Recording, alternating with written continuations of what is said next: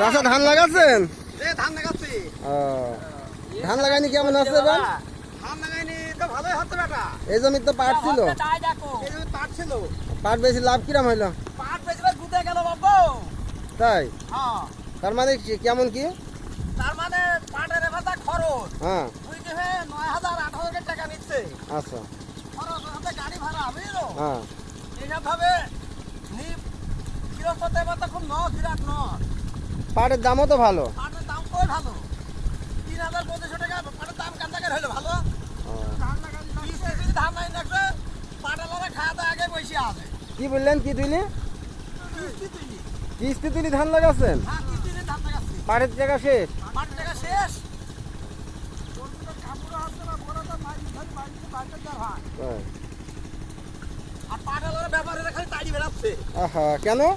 কেন আমার টাকা খায় তোমার টাকা দাও। ও, তার মানে পাটের পর আগে টাকা নিয়ে আসিল। আগে টাকা নিয়ে আসিল।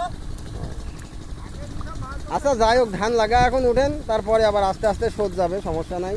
ধান লাগা দেখে কি হয় বাবা। সব আল্লাহ করে। হ্যাঁ। তাতে আর কি করে? রাত তাড়াতাড়ি খাবে তাই বেড়াবে। একটু এদিকে তাকান, এরা খাওয়ার দরকার খাওয়াই যাবে।